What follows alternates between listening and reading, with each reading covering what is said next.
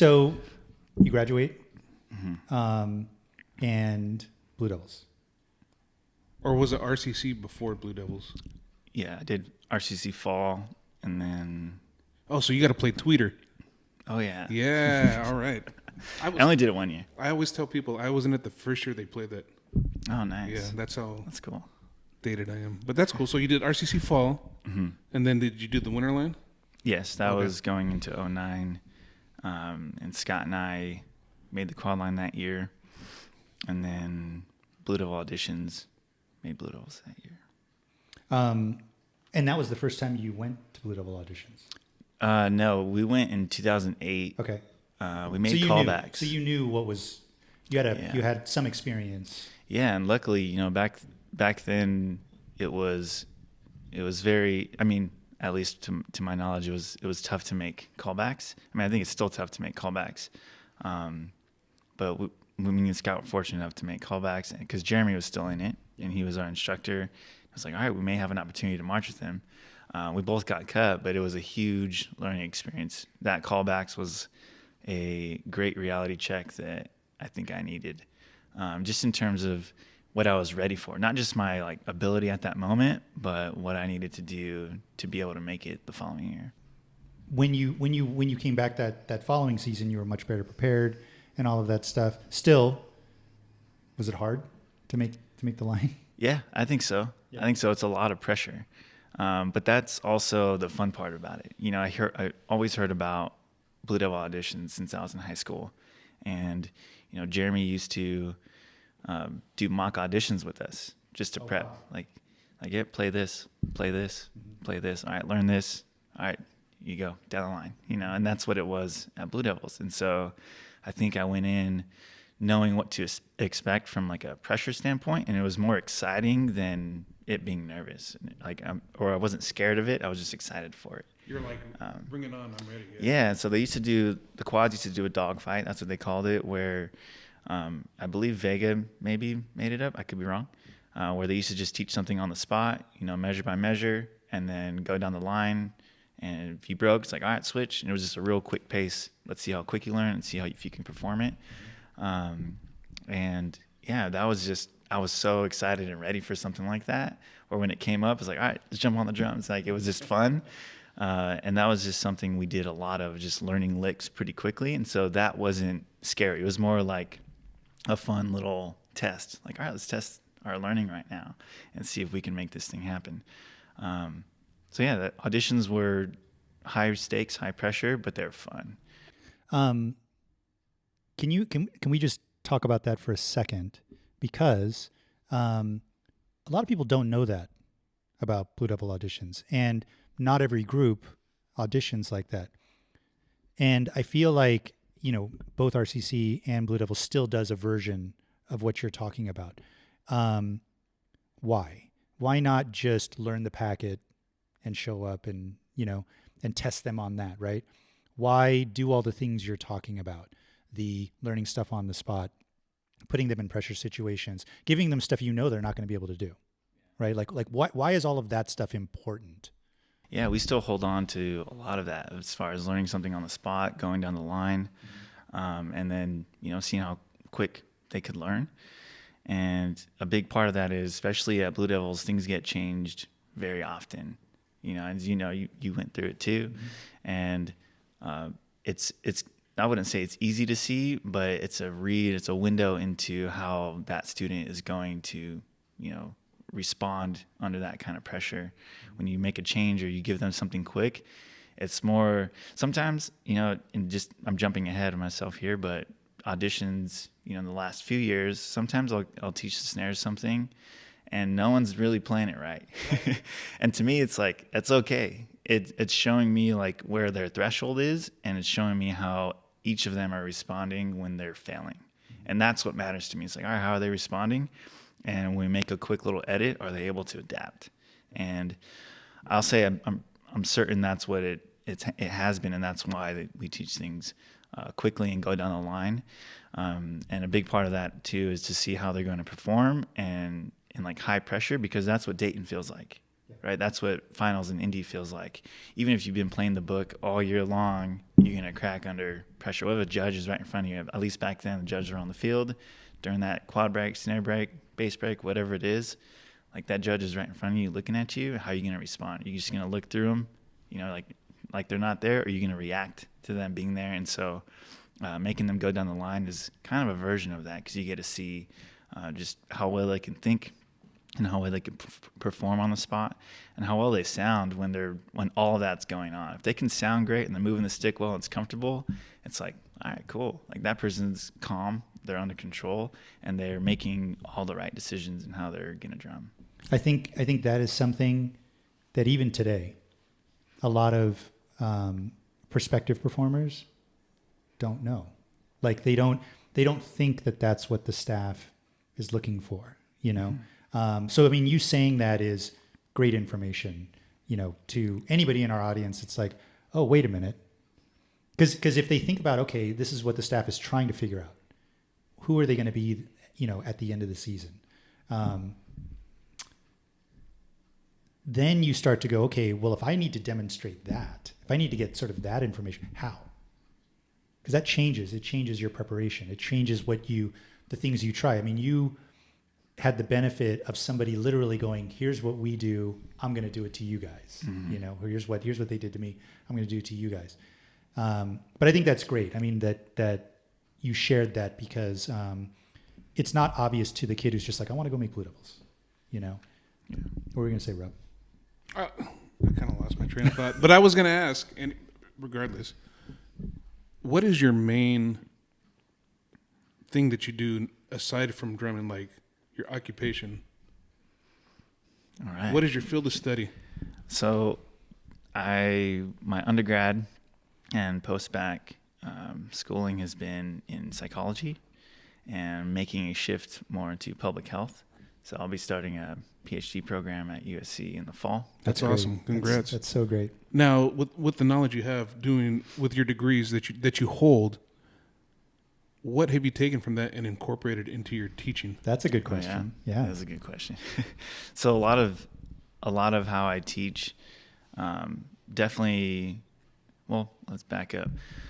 Me going to school and wanting to get into psychology and learn about all that from the start did have to do with teaching. It's like, I want to get better at teaching, and you know, learning how students learn and how I can better serve them and get better at the craft of teaching, you know. And I started taking classes in psychology. They don't teach you how to teach, but it was enough information to kind of play around with. So yeah, I think the biggest thing would be more of understanding that every individual is going to respond differently, and then giving them that space and time to have that response, have that reaction to whatever it is, to then again, like, see that and then have some information of how you want to approach them. Because putting them in a box of like, all right, this is just what we're going to do. This is the culture. This is the approach. Mm-hmm. It's like, that's great, but students respond very differently. Different people are different, right? And I think that's something, especially this generation of students, they're not going to be in that box that was easier, you know, to put kids back when we were in high school. Yeah, you know, and sure. So I think now more than ever too, it's being able to see them as individuals and allow them to be them and also guide them. That's like the most important thing, is being able to guide them into how you want them to see the world, see this drumming thing, see the activities, so they can learn to think. And I was going to say, the term I always like to use is you have to learn how to manage each individual personality that you're teaching. But because, like you say, one person's going to respond a certain way, and that might not work for the other person in the line. So that's good to know that your field of study has helped you in teaching. Yeah, it's been fun. You know, it's not like I practice certain things on them and like experiment. No, yeah. I don't do anything. Well, I was going to like ask, have you written any papers like on the psychology of teaching drumline or anything like that? No, I haven't. Definitely thought about writing some things down, but who knows? It probably just, you know, organically makes its way into, right, your teaching. Is there and I'm only asking this literally because I've had this conversation a couple of times with some people, some educators recently. So essentially knowing how to approach and handle the individual, right? Versus the group, right? Where is that balance that you feel like? Because if you go individual, you end up with a bunch of individuals, right? So what is the balance between the we all have to do this and we all have to do it this way versus here's how I'm going to approach this student, this, and has that been at all in your field of study? Like groups and sameness versus what makes an individual person, how they think. Yeah, well, the group is made up of individuals, right? And so I think you can go in either direction, but saying something like this, I do think giving the group a macro focus and allowing them to figure out how they fit into that or contribute to that is where the individual part starts to take over, right? So, hey, this is what we're doing as a group, or this is the focus of the rehearsal. This is the focus of this part. This is the focus of the trajectory of the season, or this is the phase of the season where we're at. And, as you go and you give those comments as you normally do, you start to ingrain how they think about and what their awareness is and how they're contributing to this whole. And so that's kind of how I look at it. It's like, let's establish the group goals, the group system of how we're going to do things, and then let's coach the individuals to make those decisions to contribute in a way that's going to be productive. That's great. Let's go back to Blue Devils, because you marched some pretty good years. Yeah. You actually marched, I don't know if you heard it in our interview with Scott, but I forget how he put it. Was 2009 his favorite year? How did he put it? I had asked him a question like, okay, you have to pick a section right. to build your fantasy line, and he's like, the 83 Blue Devil snare line, and then for the quads he picked 2009.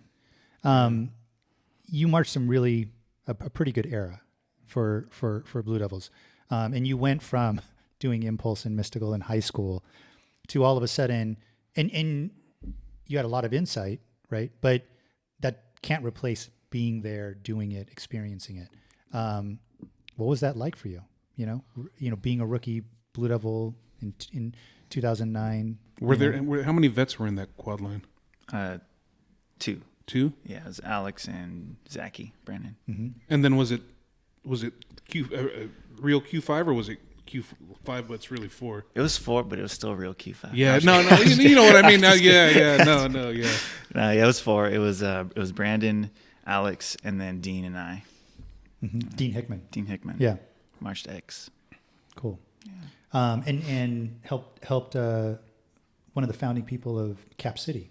Oh, really? Oh, yeah. I didn't know that. I only know that because when I taught OCI, we did battle with them nice. In open class, and cool. And I remember Dean. I was like, Dean Hickman. I just remembered that name. Yeah. So, how did that season go for you? What was it like? It was cool. I mean, that was also Rudy's first year as the quad tech. So it was really fun to get to learn from him and see how he operated and wanted to establish all right, this is what we're doing. Quad lines did this and we got to change that. We're going to make this because this is the new standard. And so he was very clear with the direction we were going. So it was fun. I keep saying it was fun because he's really good at making things fun, making the grind fun. Yep. If there's something that everyone would agree on about Rudy is that he's the best motivator when he's in front of a group. He's a great educator, and he keeps it real. So his sarcastic wit, it keeps you going too. Because it's funny, but it's motivating. It's like he can make sure that it's not too serious, right? It's not where we have a bunch of anxiety about this, about what we have to do, but he also lets you know exactly what needs to get done. And he has figured out a really great way how to deliver that all the time. Nobody has a on-off switch like he does. So he was good about, let's get down to business, let's learn this thing or let's clean this thing, and then really good about giving us breaks and letting us do our own thing. So did you ever feel overwhelmed during that rookie year? Oh yeah. Yeah. You know, something, and I keep coming back to Jeremy, but he was just such a good instructor and mentor to us and really helped set us up for what we were getting into. One of the things he would tell me when knowing that I made it and I was going in, he was like, hey, just don't ask a bunch of questions. Because I was one of those kids who was like, hey, what about this? What about this? And asking all these questions. He said it's a different process. Just accept it and be in it, observe. And that was really hard for me. Not that I wanted to ask questions, but that I needed to like know what we were doing. And I was... And why? Yeah, it was the first time that we didn't just get dots. You know, that's not how Blue Devils operates. It's very much staging, like indoor, where it's go that way for a few counts, like go where, just go that way, because they're all just they're getting their creative thought on the field, and they're just gonna manipulate it and go, okay, this is right. Oh, let's move that here. Let's push that there. Add counts. I remember when, because I marched with Jamie Hawley, when when he and I reconnected, and he described to me what it was like doing what he did for Blue Devils. And it was exactly that. It was that, yeah, so the designers, they come up with these things, these sort of just ideas, and they're amorphous, right? It's just like motion or a shape or this kind of activity. And Jamie was like, it's my job to manifest that, to basically figure out how like in practical terms, how is that going to happen? So it very much isn't dots, you know? And what's funny is Jay Murphy, back when I marched, that's the way he would teach us. He would be like, yeah. He'd grab a by the arm, yeah, come over here, stand over here. Okay, yeah. And then like, and you're going to kind of go this way. Like that's totally like even back then, you know, in the mid 90s, there was, because whatever they saw in their head, they wanted to see it on the field. And sometimes you can't do that with dots. Yeah. So there's no like charts to go after. It's just all. There's probably some. It's usually, you know, like Jay having the idea and then Jamie bringing it to life and kind of giving it more, you know, structure and definition. Then dots. So we do get dots, but it's not like, here, I wrote this on Pieware, go learn it. You know, that's never happened. And thank goodness, because that approach to how they do it is definitely creating a different kind of result. So yeah, don't tell all the secrets, because anyone can do it. You mentioned asking a lot of questions and really wanting to be able to, you know, see the logic or the why of whatever was going on. Do you know why? Like why? What is it about you in particular that sort of needed, instead of just being like, yeah, I'm just going to go with the flow naturally, you know? I think it's just my own stress, my own like anxieties of like, I need to know what I'm doing. I think, you know, as I got older and learned the process, it was definitely leaning towards why we're doing it. And I definitely teach through that lens now, like, all right, here's why. And I encourage my students to ask why. Even given lessons, it was like, oh, like this person said this person said that person said this. Like, hey, I'm another one of those people who are just saying something. Like, just ask why and like have purpose behind what you're doing, and you'll discover that for yourself. And so I think as I got older, I started to think that way. But when I was younger, it was more like, I don't know what I'm doing. And I need the answer, you know. So it was definitely having to give into that. That was very difficult. And I think, you know, members who would come from other top 6 or top 12 corps, they'd get a little frustrated because it's like, we're not grinding, we're not moving fast enough. It's like, oh, it's all right. Like, it's gonna be fine. Are you a real analytical type of personality? Like you need to know all the fine details of why you're doing something? Yeah, and if I don't have that info now, like I'll just come up with it for myself. But back then I wasn't. Maybe it was just, again, I just need to know what I'm doing just so I have myself figured out. And later down the road, I started to get more analytical with how I thought about things.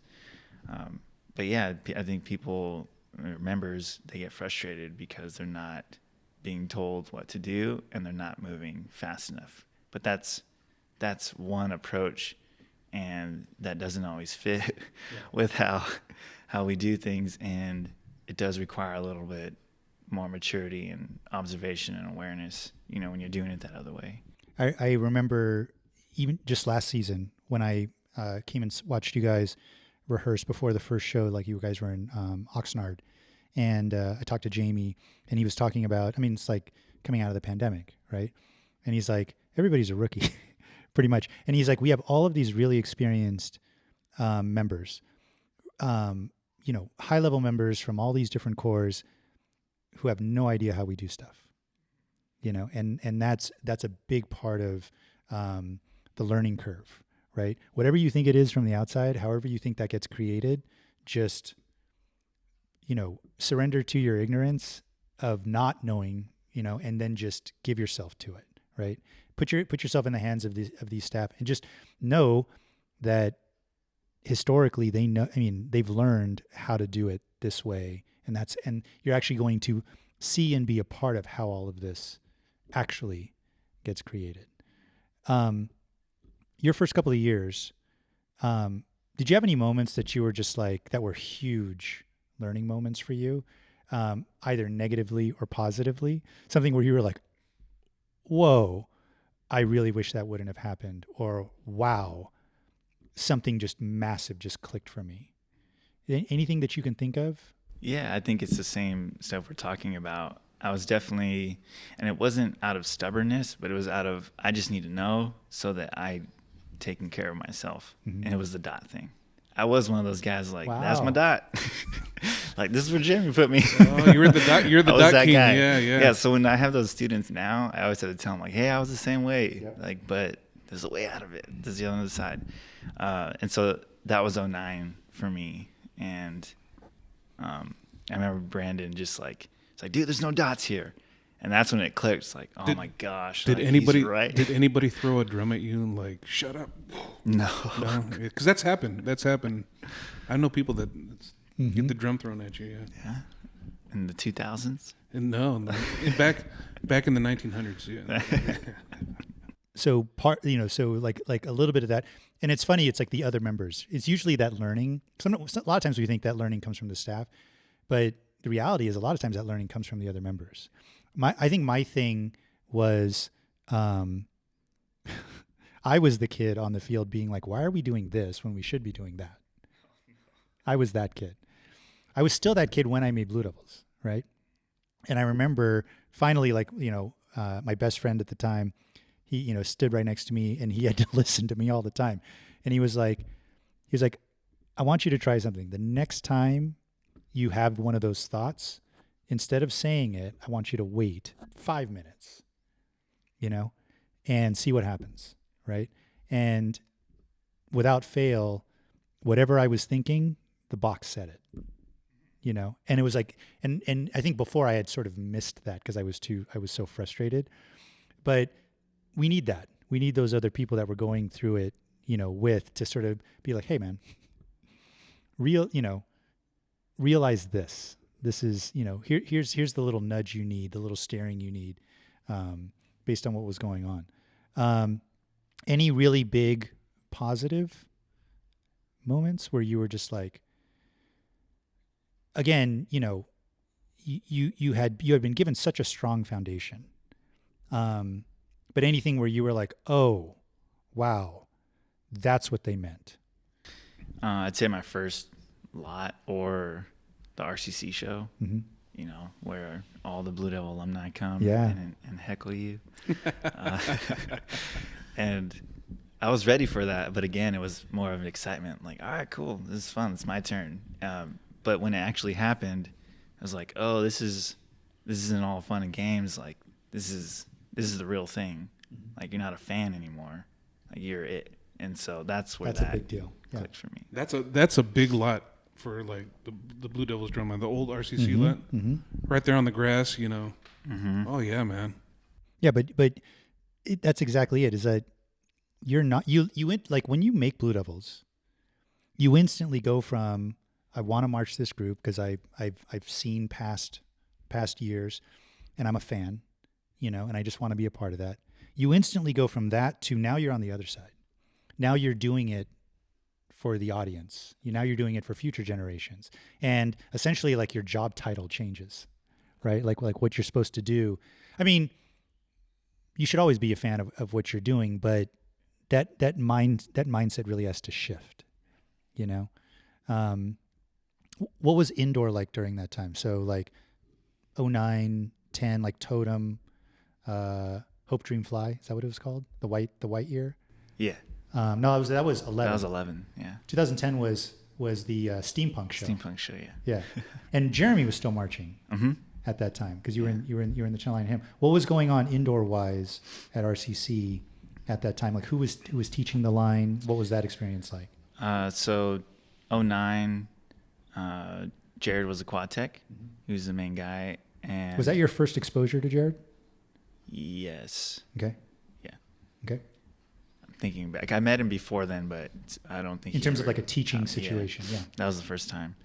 And it was cool. It was very cool. That was my first exposure to a different approach in terms of like the staff to student relationship and, allowing us to do things and contribute in a way that I hadn't experienced at another drum corps, before Blue Devils and RCC.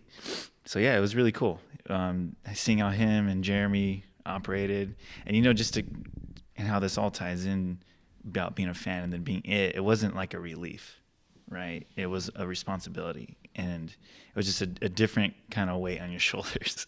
And the way that I kind of viewed that like progression of what you can do within a group, when I was in 09 at RCC, I would just look to Jeremy and like, all right, one day this is possible where you may be that guy. Like, how would you react or how would you respond to, if Jared or Vega said that to you, what would you do? And it was a lot of just looking at that. And so it was nice to see Jared and Jeremy have this relationship that was like creating some cool quad stuff that I had not done before. And it was a really hard book and it was a really hard show. Mm-hmm. I still say that opener was harder than any other full run I've done of any other show. That opener was insane. It was just all 09? hard direction changes. Yeah. Yeah. 09. It was just tough. It was just You're nonstop. talking 09 Blue Devils or 09 RCC? 09 RCC. RCC, yeah, Totem. Yeah, that was the hardest show I've ever done. And so yeah, it was fun to be thrown into that. That was Regua's age out, and so he was going full throttle. Yeah. Full throttle Regua, and it was good. It was nice to get his push. He's so passionate about the activity. As a staff member, you see it, but as a member, it was like from the inside, it was really cool to see what someone as a section leader, still a part of the group, can do and how they can push a group, not just through their words, but their actions. He was all about just making it happen and, leading from the front. It was awesome. He seems like he's one of those that has those certain intangible leadership qualities, whether it be teaching or in the line, that just makes you want to follow him and get to that wherever he's going, you want to be behind him and get there. Yeah, absolutely. Yeah.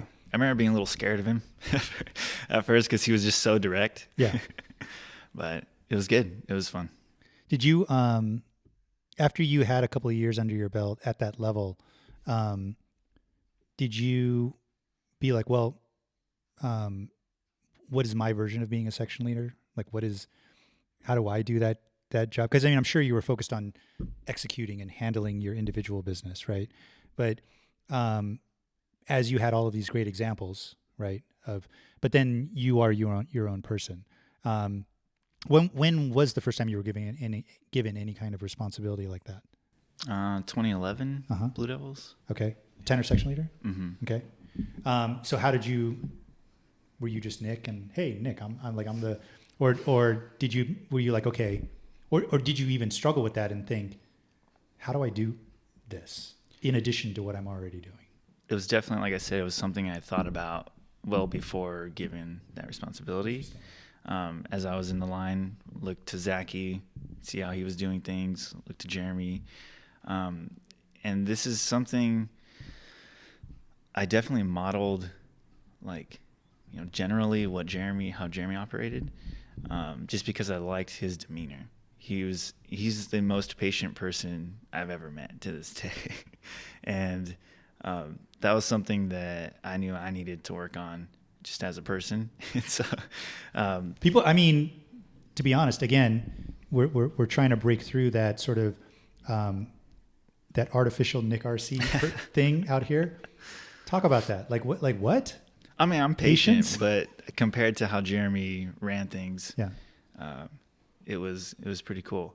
And so I definitely try to model that after him. And I think, when I say like handling my own patience and stuff, when things would get outside of my control, or when it was time to exercise that patience or grace with another, quad player or snare player, it took a lot for me. And I'm pretty calm. It wasn't that I was like angry or upset or anything like that. Just in learning how to articulate what I wanted to say or how I wanted to say it. And that was something that Jared really helped me with. Because he was quick to see my frustration. He'd come over like, hey man, like you're going to be teaching these guys one day, this age, like this is your opportunity, like figure it out kind of thing. And so he helped coach me a lot through just how to talk to that age group, because I taught high schools and stuff, but being a section leader, especially back then, you were doing a lot of like, all right, breaking things down, creating your own primers for your sections, and basically teaching them certain things. And also having Andrew in the line, having Scott in the line. I mean, you knew these people for years. I mean, at that point, was that easier or harder, having to be the section leader to those guys? Both. I mean, they made it interesting. They're like, I love those guys. It was fun because like we all knew each other. But at the same time, if one of us wasn't as prepared, it was more obvious, and we just handled it differently. Well, leadership, it's, let's talk about leadership for a second, because there's to me, there's like a few different types. There's the personality where they get put in this leadership position and they're really not comfortable with it. And it's like, you want to be everybody's friend. You don't want to make waves, but here, you got to get everybody going. And then you get the type that's like the taskmaster that's going to just beat everybody into doing what they want. And then you have, I call it the third type, is the lead from the front, and, grab them by the collar, and you're going to pull everybody with you to make them better. Which type of leader do you think you were or evolved to? I was definitely more quiet. Were you like a lead by example? Yeah, I'd like to say so.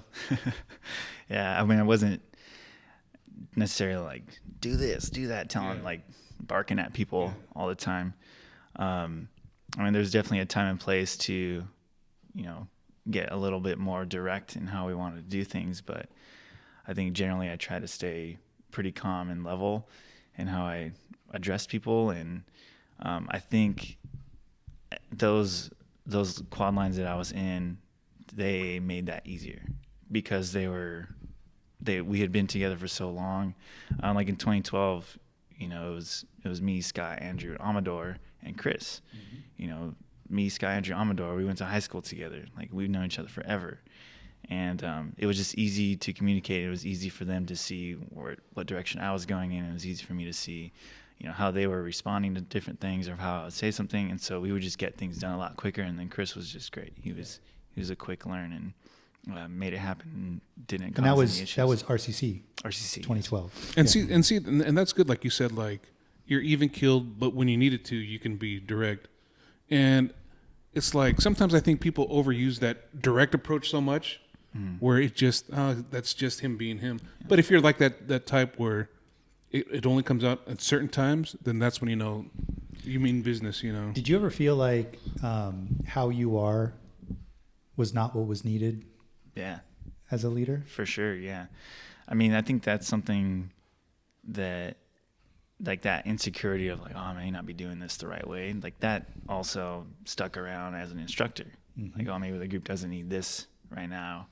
Or, giving out an idea and other staff like, that's probably not it. And it took a long time for me to like own up to where I've been and where I was at and how to make proper adjustments. And I think that's something that like young instructors can do sooner. I wish I did it sooner, is own up to my mistakes and learn from them faster to be able to provide what I'm good at to the group.